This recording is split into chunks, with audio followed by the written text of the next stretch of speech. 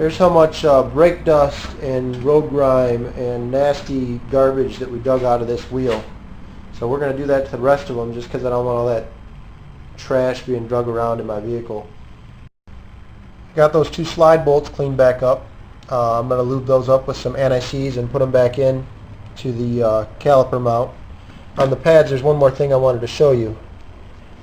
This side is the side that goes on the rotor, and this side's the side that goes on the caliper. And that little mark in the middle, that's called your wear indicator. You can see through it right there. Once your pad doesn't have a wear indicator anymore, then that's a sign you're supposed to replace your pads.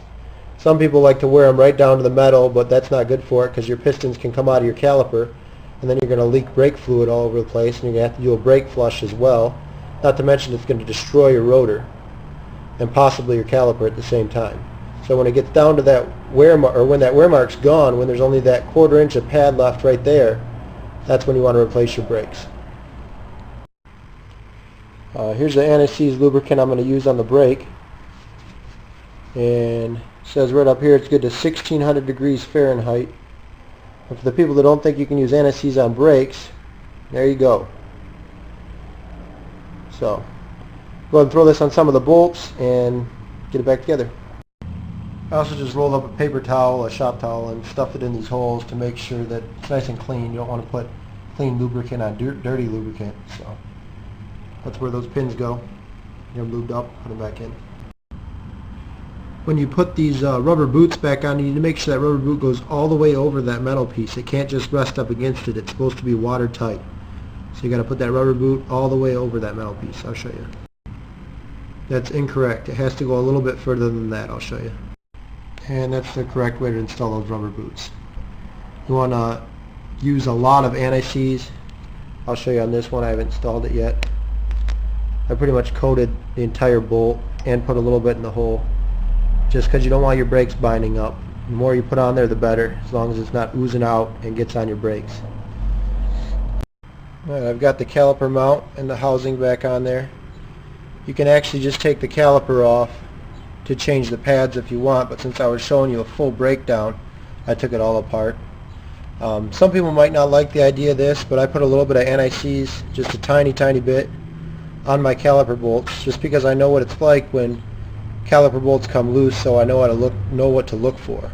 But I tighten them down hard enough to where I don't really have to worry about them coming loose, but if I need to take them off, I know that they won't be corroded to the point where they're rusted in there, and then I have to buy new control arms and all that kind of stuff. So I put a little bit of anti-seize on there. If you don't want to, don't. It's no big deal. I'm going to go ahead and get this tightened down, and I'm going to show you how to compress the caliper, even though I don't need to in this case. A lot of people are afraid to do brake jobs just for this reason, but it's really simple. When you get new pads and rotors, the new pads and rotors are obviously going to be thicker than the old pads and rotors. So as this clamps down, that's how your pads and rotors wear out. As that clamps down, causes friction between the rotor and the pads and wears them out. Well, in order to get the new ones in there, you need more room. So obviously you're going to have to compress these two pistons.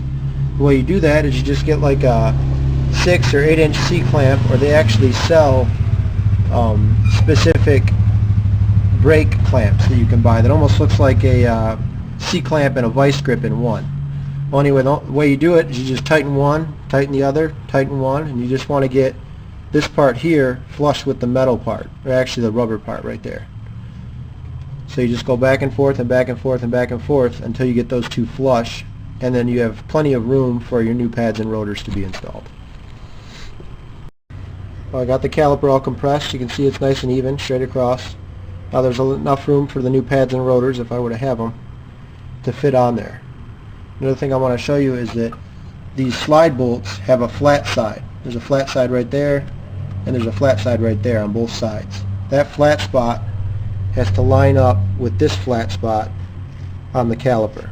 That's just to keep these from spinning, and also enables you to tighten the bolts on the back, so that this doesn't just spin and spin and spin while you're trying to tighten the bolt on the back. So I'm going to go ahead and put this caliper back on. And this is why you put anti-seize on the rotor, so that the wheel will come off easy, because this one